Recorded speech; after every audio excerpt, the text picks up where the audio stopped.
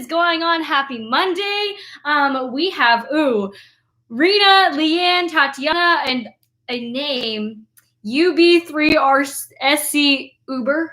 You guys are here. Hi, guys. We're doing a live Q&A. I've been getting this request a lot. We've been taking a break from the workouts.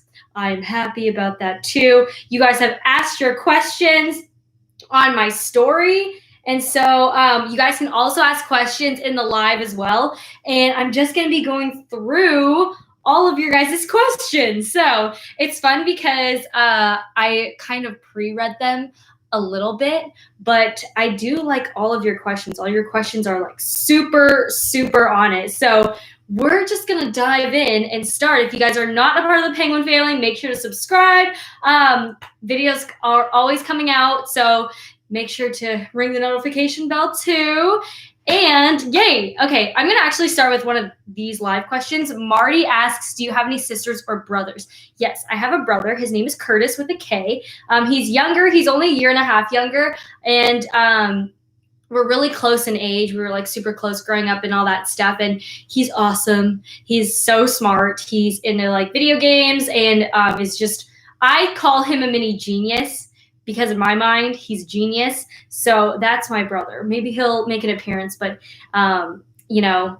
we, everyone in our family, they definitely love their privacy. So I always try and accommodate that. But okay, so I'm going to get these questions with the Instagram first, and then I will get to your live questions. So Jocelyn_Wills18 asks, how did you cope with injuries and mental blocks? I get this question all the time. Injuries and mental blocks are one of the hardest things, I think, just growing up as an athlete or just in life. Sometimes I feel like I have mental blocks in life, like, oh, how do I do this? And I can't even get I get so frustrated, guys. You don't understand. I always get so frustrated with like the littlest things. When I was younger, I used to cry all the time. So for me, getting over injuries is honestly accepting in the moment like that I'm injured is the biggest thing, because a lot of the times when you are fighting your injury, when you're saying, I'm not injured, I'm just going to, keep doing gymnastics and just like push myself and blah, blah, blah. A lot of the times when you do that, you end up getting more injured. And also it doesn't allow your body to heal. So when you're injured, especially when I had my torn ACL, it was right before the Olympics. I was like completely devastated. And for me, I had to really say, I am injured. I have a torn ACL. Honestly, if I continue to do gymnastics in this moment and push for the Olympics, I could potentially hurt myself even more, which is what I didn't want. So I had to have a lot of self-talk with myself. And the way that I stayed positive was I didn't think of all the things I couldn't do. I thought of the things that I could do. And honestly, during that Olympic year, it was like, I can go now eat McDonald's because I'm not competing in the Olympics. Or a lot of the times it was like, I'm still going to UCLA, and I always had to think about the things I could do instead of can't do. And for me, especially with the Olympics, I was thinking in my head, there's always 2016, and it wasn't like the end all be all. So that's kind of how I got over injuries, is completely accepting it and then making sure that you make the mental note that there are things that you can do instead of that you can't do, and celebrate those little moments on even mental blocks. Like if you're having a mental block, take 10 steps backwards. It's okay to start from the beginning. Take a couple steps back and then work your way up. And on those little baby steps on the way back to your skill or whatever you're having that mental block in, take your time and celebrate those little moments. Like when I had mental blocks on twisting, I would always say to myself, I am so happy I did a back roll. Like I just took a step back and just literally took it to the ground, did a back roll, and was happy that I was able to do that. So that was like my long answer for that question. All right. Jess Swimmer asks, how does the redshirt year work? So a redshirt year works if you are injured, or if you could be sick, or but you have to be out for the full season. Redshirt year means that you're taking that whole entire season off. So you're postponing your eligibility to compete. In NCAA, you have 4 years to compete. So my freshman year, I redshirted because I had a torn ACL. So I wasn't able to compete that whole season. And then my second year, I had to get it redone, my surgery. So I sat out a second year. That's why I was able to do a 6th year, because if you think about it, my freshman, sophomore, and then junior, senior, 5th year, 6th year. So I still used all 4 years of eligibility. So that's how the redshirt years work. Sometimes in football, though, a lot of the times freshmen actually just redshirt because they are trying to like acclimate themselves to college and they try to get in the groove. So they don't want to push them into sports just yet. And I feel like for a lot of other sports, freshman year, you're just on the go, go, go. But sometimes in sports, they make a strategic plan to sit you out the first year so that you're strong enough and mentally ready for the second year to compete for the first time or play games for the first time. All right, we have Rita.Cerquera10. She asks, are you proud of your gymnastics career? I am very proud of my gymnastics career. I think, honestly, everyone should be proud of their careers anywhere. I think there are trials and tribulations in everything that you do, even right now, like a career with going into acting and all that stuff and entertainment and singing. That's a career in itself too. And I'm just even proud of even like starting. So I think for my gymnastics career, I'm really proud of just getting through those hard times, getting through those things that I thought in the moment I couldn't get through because, again, I got frustrated. There were times I didn't think I was going to come back and do gymnastics again. So I'm just proud of myself for sticking with it. And I'm proud of myself for not so much like the accomplishments that I did. Like, I'm really proud of my accomplishments too. But it was like the little moments of me not giving up or just me learning how to stay positive in those dark times is what I'm proud of the most out of my gymnastics career. And then the accolades are like second to what I've learned. So I always say learning through your times is like, I think you should be the proudest of because you're always learning in life. And when you think of those learning lessons as a win, then you've won so many times. Like, it doesn't even matter what medals you get and all that stuff. It's like you've won in a lot of other things that, people might not be able to experience in their life. So, all right. We are going to move on to this one. Claire and Still, when gymnastics got hard, what made you want to stay with it? I will tell you a fun story. I actually quit when I was 7. I hated gymnastics. Oh my gosh. I hated it so much. I was 7 years old and I got moved up to the competitive program when I was 5. And so we just did a lot of conditioning, like conditioning. And for me, I wanted to learn the tricks. I wanted to learn like gymnastics and all the big stuff. I used to cry on the way to practice. I hated it that much. So I actually quit when I was 7. And then when I was 8, I came back to the sport because my mom just asked, well, would you want to like just do it? Just try it again. And because there was a gym club close by our new house. And I said, you know what? I want to do it only if it's for fun. And that's kind of how I fell in love with gymnastics again.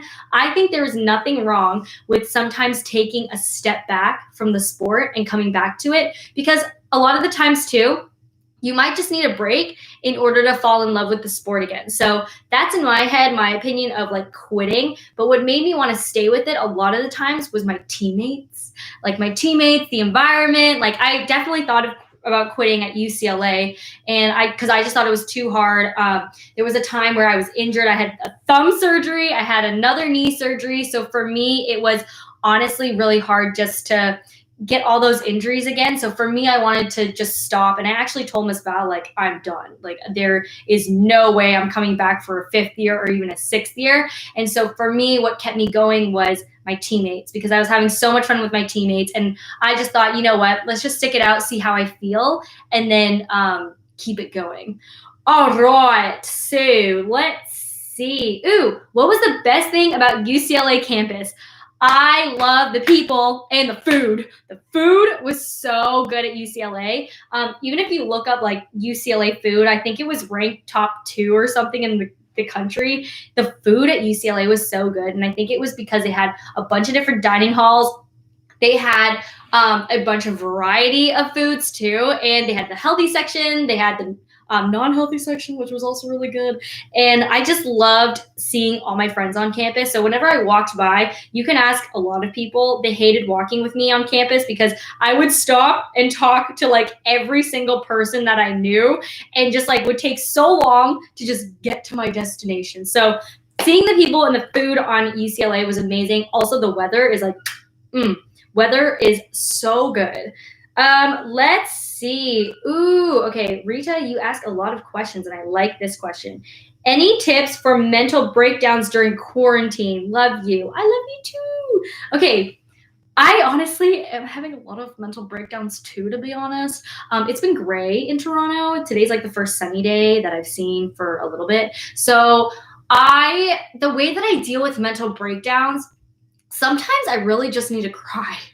Like, if I really feel like crying, I'm gonna take my alone time and honestly just cry it out. The good thing about acting and like me going into acting now is when I do feel like that, I'm kind of tapping into my emotions. So the things that I do that helps me a lot of the times is like music or just even listening to like a song or watching a movie. I like, honestly, on those breakdowns during quarantine, just taking those things that really feel your soul, whether that's like just get it cuddled up and sit on the couch and watch a movie, watch a sad movie. But I think it's important to really tap into your emotions, because me personally, I don't like bandaging over my emotion. Sometimes I have to talk it out with somebody. So I'll call a friend just saying, oh my gosh, I'm going through a really hard time. And a lot of the times too, they can relate to you. So it's great talking to friends.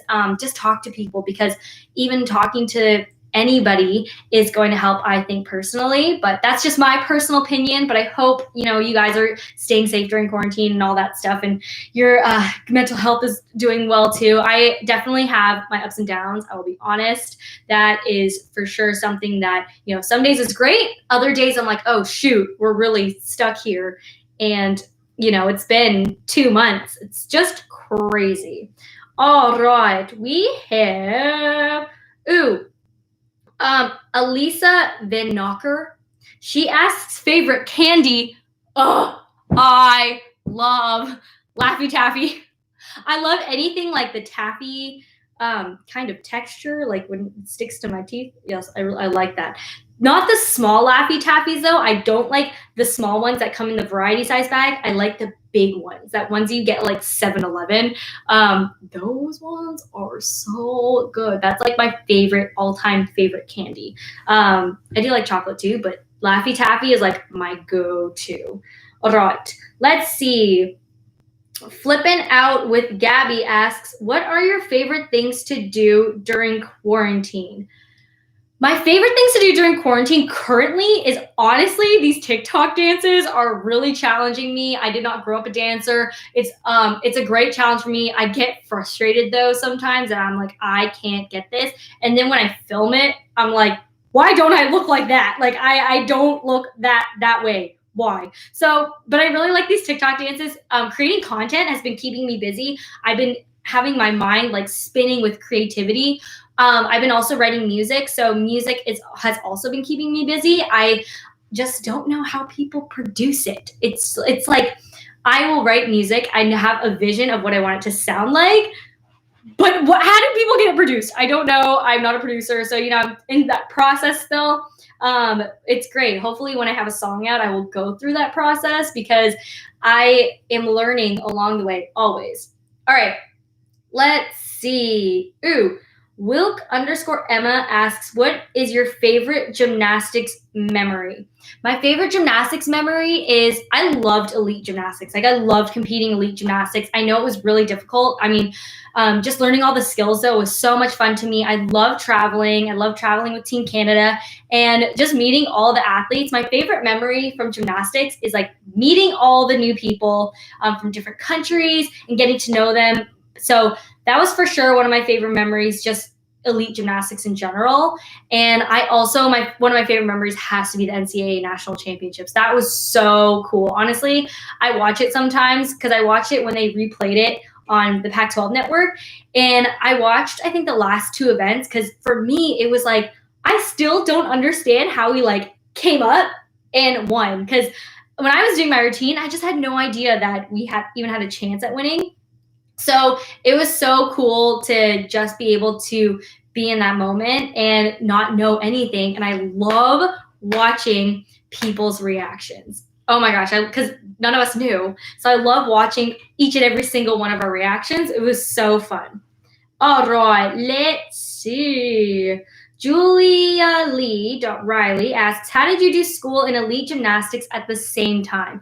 So I was never homeschooled. I always went to a public school and high school. So the way I did gymnastics, I had a special program that I went to when I was younger. So it was called Sport Seneca, and they basically had 3 other sports, and they combined sports and school. So it wasn't a homeschooling, because basically it was part of an art school, and gymnastics was our art. So we got credit for doing gymnastics and that being our art. So it was the same thing in high school. We went to like an arts high school, and they had an athletic program there. So we got credit for doing our sport instead of doing like gym.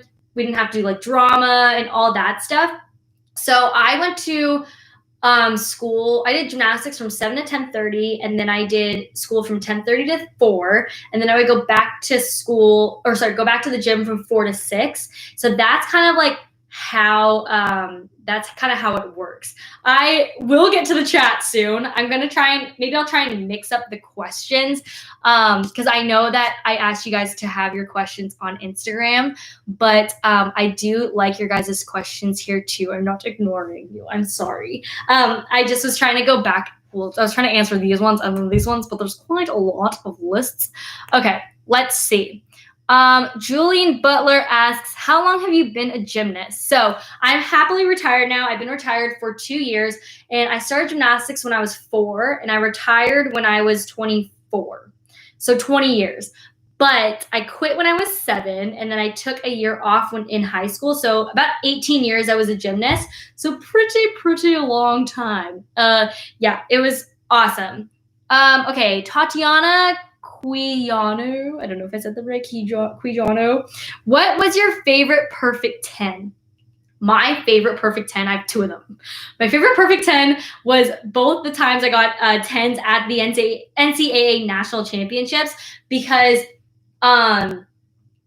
it was so crazy. It's so hard to get a 10 at NCAAs, but even for me, I was proud, because honestly, those were probably the best routines I had done in my career. Like, I was just having so much fun in the moment, and those are my favorite perfect 10s, because it was awesome that the judges rewarded me with those perfect 10s. And I honestly, it was my favorite moment because my teammates were there and all that stuff. Let's see. Kimberly Ross asks, what was your major in university? My major in university was sociology. I wanted to go into business, and UCLA didn't have a business degree. It was like biz econ or economics, which isn't the same. So I've heard. So sociology was one of those things that I liked, because if I thought of marketing, it had to do with people and kind of like studying the trends and all that stuff. So I guess I'm kind of using it now with like social media, but I minored in theater and entrepreneurship. So I love the entrepreneurship minor, love the theater minor. My major was like whatever, but I mean, it was still a lot of fun. So that was what I majored in, and that's my honest opinion. But you guys are getting the honest opinions here. How did you decide to go to UCLA? This is from Haven Moneypenny. That's a cool name, Moneypenny. So I decided to go to UCLA because, again, when I told you guys I was injured in high school, I actually had a really bad back injury, which they told me that I was told you probably won't be able to do gymnastics again. That's what they told me when I was 14 years old. And for me, it was really scarring, and it was scarring and just really upsetting, because I had worked my whole life to be a gymnast. And it was one of those things where I was just thinking in my head, I can't believe they just told me that I won't be able to do gymnastics again. Like, what? So when I went to UCLA, my teammate was there, and she basically told me, like, PENG, you have to check out the campus. So this is the same athlete. You know, when you see your teammates, I'm sure you have people who like just have a hard time in the gym. They're not having as much fun as they could have. She was telling me she was having so much fun at UCLA, and I didn't really know what it was, because college gymnastics isn't really a thing in Canada. Actually, it's not a thing at all. So when she told me to come visit, I was like, okay, I got to check it out, because she just told me she's having a ton of fun. So I went with my family to UCLA, and basically I met Miss Val, and they essentially was talking about me, coming back to do gymnastics. I told her I don't know if I can do gymnastics, but I saw the level of college gymnastics. And then I was thinking in my head, I think there are skills that I could do that's not using my back, like arching, like sheep jumps and front aerials and all that stuff. So if you watch my gymnastics, it's very like straight body. So I thought about it, and then she basically told me, Peng, like, if you ever do gymnastics again, we'd love to offer you a full scholarship. And for me, it was like, wait, hold up, what? And so my mom told me, like, she calls me Christine by my first name. She's like, Christine, I really think you should take it because I don't think you're going to get another offer. So after a year later, after I came back to do gymnastics, I got a letter from Stanford actually asking me, offering me a full scholarship, but I essentially verbally committed to UCLA. And I'm so happy I committed with UCLA, but Miss Val took a chance on me, guys. No, there's not a lot of stories of coaches really investing in an injured athlete. So I really thank Miss Val for all that, because she really helped me with just helping me and really supporting me in that aspect. All right, so I'm going to pick one from my Instagram. You guys see all the questions? This is from behind the scenes of how I get questions. Let's see. Okay, Chloe Lay Carney. What's your biggest tip to working hard? I kind of like this question because no one's asked me this before. My biggest tip for working hard, I think, is to map it out. For me, I always think like making lists, even though I never was an organized thought processor when I was younger. I find that now that I'm older, the way I work hard is honestly listing out what I want to accomplish and kind of like checking it off, because it's really nice to check things off that you did on your to-do list. So even when you're working hard in the gym, think about like your little goals that you want to accomplish in that day, and you've literally accomplished so many goals in that day. And so it feels great when you do that. So I loved I think I work hard, and I think my biggest tip is definitely making lists and checking them off. Okay, let's see. Do I know Nia Dennis? Yes, Gina. I know Nia Dennis. She was on the team with me. She was on the team with me for 2 years. I was there her freshman and sophomore year. And her sophomore year is when we went when we won the championship. And then last year, or this year, she went viral. So that was cool. All right, let's see. Gymnast Queen 87 asks, do you still keep in touch with your dumplings? Yes, I do. I love my Dumpling Squad. Dumpling Squad is basically a thing that I made up when I'm still doing YouTube, but when I first started YouTube, I called Anna, Grace, Brielle, all the Asian people, and then Pula. Pula was an honorary dumpling member. We called ourselves the Dumpling Squad initially because we all love dim sum. So whenever we would get dim sum, we're like, oh, Dumpling Squad, like, who wants to come? But anyone is welcome in the Dumpling Squad. Dumpling Squad is I just think it's a nice, cool name. So I actually made little dumpling t-shirts, and it's so cute because I love when people join the Dumpling Squad. So it's great. Let's see. You guys are awesome. Chloe Ho says, I love your videos. You're awesome. Thank you. Thank you. Ooh, Carly Fara asks, how many injuries have you had? Okay. We're going to list the major ones because I've had lots of little ones. Like, I think I've rolled my ankle many, many times. One time I rolled my ankle in the middle of my floor routine, and I thought I honestly was going to walk off because it hurt so bad. I ended up finishing off my routine. Don't know how. It swelled up after, and it was so dumb. So we're going to go through major injuries. So I've had 2 knee surgeries, 3 knee surgeries, 2 ACL, 1 meniscus, a thumb surgery, which is stupid. And what else have I had? I broke my hand.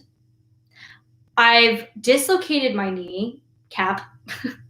And I this knee has been through a lot. I tore something else in my knee. 7 major injuries, I would say. Oh, and my back, 8. Boy, I can't forget about my back. I think my back was the worst one. My back. So 8 major injuries. Again, I've had like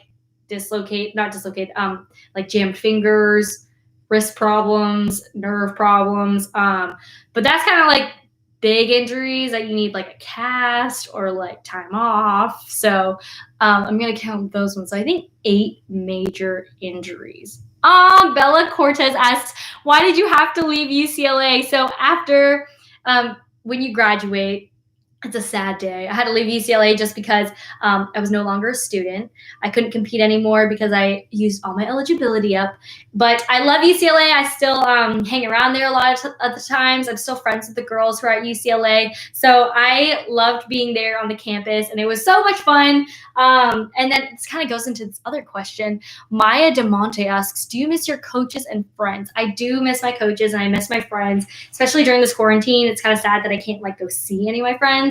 I was living out in LA. I still had my apartment out there, and we would hang out all the time. I would have game nights. I would have people over, and it was so much fun. And then so right now I'm just back up in Canada because of the quarantine, and it's just a lot nicer to be with family during this time, just because, when you're out in LA in a different country, it's a little difficult when you don't have your parents and all that stuff. So I love this family time right now. I'm kind of thinking of it as like a blessing in disguise. My love goes out there to anyone who has been affected by, the coronavirus and all that stuff. And I can't even imagine what, it's just really difficult. But for me, I think everyone's just trying to do their best in what they can do. And I have been enjoying just hanging out with my mom and dad and my brother. And we're just doing our best that we can during this time. All right, let's see. I like how people are saying, I was graduated. I know. What year did I start gymnastics? I kind of answered this. I was 4 years old when I started gymnastics, and then that's the age I started when I did gym. Let me see. A lot of people are asking about mental blocks. I answered mental blocks at the beginning of this session. So if you want to look, you could go back and look at the beginning after I post this and everything.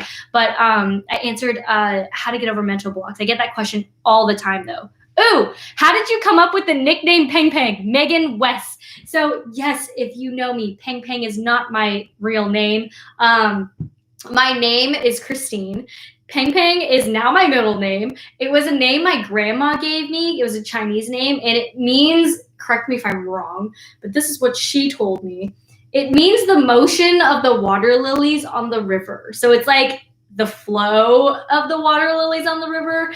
And Peng Peng, it started when I was 10. My coach asked me if I had a Chinese name, and I said, yeah, but like no one calls me it. It was kind of just like, hey, you get a Chinese name because you're Chinese. So I started using it in competition. Actually, my coach started using it in competition. The first time that they announced me as Peng Peng, I actually didn't know who it was. So I didn't respond. You know how they say, oh, and next up is Peng Peng Lee. And I didn't do anything because I was like, who is this? So that was when I was 10 years old. Good times. She used that name because in gymnastics, it's kind of like, say Tiger Woods. Tiger is not his first name. Fun fact, if you look it up, it's not Tiger. So it was kind of just a way for me to get my name out there, and it really just stuck. So I've just been using it kind of as a stage name, and now it's in my middle name because when I wanted to compete at the Olympics, they wouldn't let me compete as Peng Peng internationally because it wasn't part of my official documents. So a lot of the times when I first competed at World Championships, it was Christine Lee because I wasn't allowed to compete as Peng Peng. They literally thought we were sisters. A lot of people were like, oh, who's Christine? Oh, their gymnastics look the same. It's like, is that Peng Peng's sister? So it was just funny because that's why I try to get it on my official documents so I could continue to compete as Peng. So that's kind of how it stuck. And yes, now it is a part of my middle name. So that's how that happened. Okay.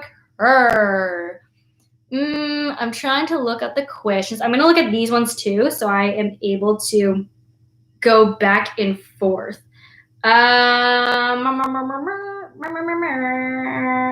Let's see.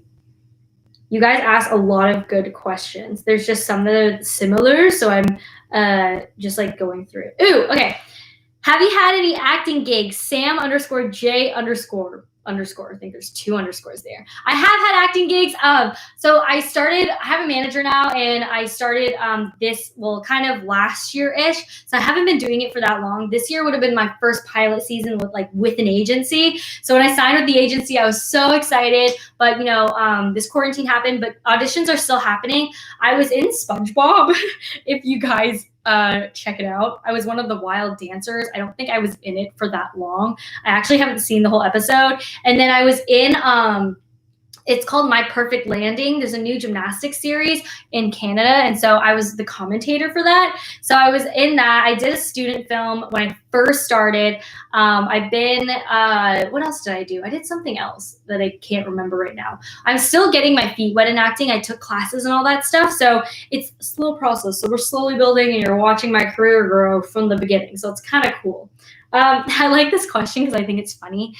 Anna is .ornella07 asks, were you London on a TV show? I get this so much. Everyone asks me if I am London Tipton. Apparently I sound like her. I look like Brenda Song. I get that all the time. Like, I'll go to places, and this one time I went to the ESPYs, which is like a sports award show. And basically, I was all dressed up. We went there as a student trip because I was working in a sports marketing class, and they took us to the ESPYs as like a student field trip. I was all dressed up, and this girl was freaking out. She goes, oh my God, it's London Tipton from Sweet Life of Zach and Cody. I'm like, no, it's not. No, it's not. No, it's not. So it's funny because sometimes I'll just pretend I'm her sister, even though I'm not. But I do get that a lot, that people think I was London Tipton from Sweet Life of Zach and Cody. So if you don't know who that is, look her up and tell me if I look like her. Derek J Bordeaux asks, hidden talent. So my hidden talent is I actually can do a Rubik's Cube. I don't know if you guys have seen this, but my Rubik's Cube, I did a challenge with Sonia because she just learned how to do a Rubik's Cube, and her and I kind of were just like seeing who could do it faster, even though I've been more experienced, so I think I had a little one up on her. But I also think it was that I love that talent because I think a lot of people don't expect it. So it's really cool that that I think that would be my hidden talent. Okay. Ooh, I'm gonna stay on here for 4 more minutes, and I'm gonna try and answer your questions in 4 minutes. Gaming with Alex asks, if you could go back to UCLA to coach, would you? So for me personally, coaching is one of those things that I love doing private lessons, and maybe in the future, if I really want to coach. Currently, it's not my passion of coaching, but I do private lessons and all that stuff, which I love doing all the privates. I just would, I've always wanted to do entertainment and acting, so that's kind of like my biggest dream right now. So I haven't put a lot of thought into coaching, but I definitely love going back to UCLA just to go visit and all that stuff.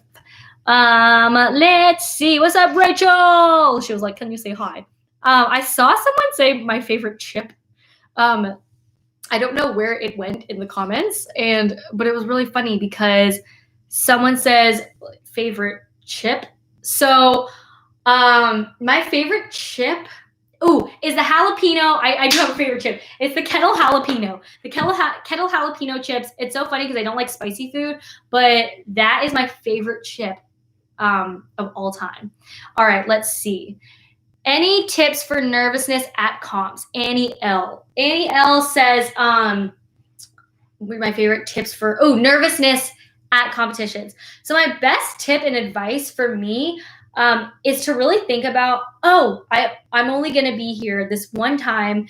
I might as well enjoy it. Whenever I was younger, I used to get really nervous. Like I would have to go to the bathroom, and it was just like a lot of nerves. My hands would sweat. I would get like cold because I think just my blood wasn't pumping. So for me, definitely just thinking of it as, you know what, whatever happens, happens. And I'm just going to enjoy the moment and have fun, because that's when I competed my best, is when I was smiling and having fun. So let's see. Mabel Wilson asks, what is your favorite color, by the way? Love you so much. Love you too. My favorite color is Tiffany blue, or like a mint blue is my favorite, but I currently have been really liking pink. Pink and sparkles. I don't know why.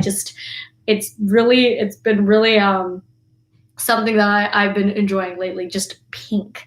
All right, I'm going to answer one more question, and I like this one.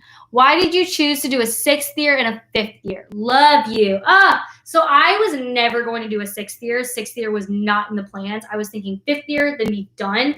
I decided to do a 5th year because I wanted to still have the 4 years of eligibility. And even when I tore my ACL the second time, I was thinking, okay, 5 years is like good enough for me.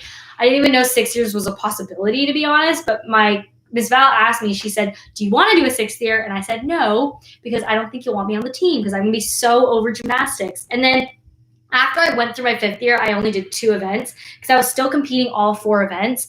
And for me personally, the 2 events, bars and beam, were like really, it was easier because I'd done it so many times. So I didn't have to train as much and my body was safe. And so when she asked me about the 6th year in the middle of season, in my 5th year, I said, like if I only had to train not that long and like if I only had to do like 2 hours of practice, then yeah, like I would come back. And so we actually had a talk about it. And she told me basically that they had kept my scholarship just in case I wanted to come back a 6th year. And I was getting a lot of negativity from people. They were just saying, you're getting old, you need to move on with your life, you need to get a job. And I was just getting a lot of negative feedback. So I really kept it within myself and my family to just really think about what I wanted. And for me, the reason why I did a 6th year was because I said, there is never going to be a time in my life that I will be able to do this ever again. A job will always be out there and I am in no rush. Everyone's story is different and this is my life, not anyone else's. And so for me, the 6th year was awesome because I got another year to stay in the States. I got another year to do gymnastics, to just do a fun minor so I didn't have to worry about school. And I took that time to kind of really look for what I wanted to do with my life and just kind of network and all that stuff. So I really used that year as like almost like a gap year, and gymnastics was kind of like the icing on top that I got to do. And so for me, it was like trying to find a job and just networking and all that stuff, just because I was able to stay in the US for another year too. So there was a lot of things that went into that 6th year, but maybe we can do another one of these YouTube lives. You guys have so many questions that I didn't get to answer. I love you guys so much. I hope that you guys are staying safe. I hope that we're gonna, this is kind of gonna be the last week I do these lives, or I'm still coming up with a plan of like how I want to go forward with it. We might go on Twitch. I've heard Twitch is an awesome platform, so I will let you know. But this week is going to be the last week I do these lives on my YouTube channel, probably, or I'll do them like once a week or something. But I'm still figuring it out. I will see you tomorrow. Please, message ask the question or whatever, message, write your in the comments of like what you want me to do this whole week as like the last week of lives right now. So I will see you guys soon. Love you all. Bye.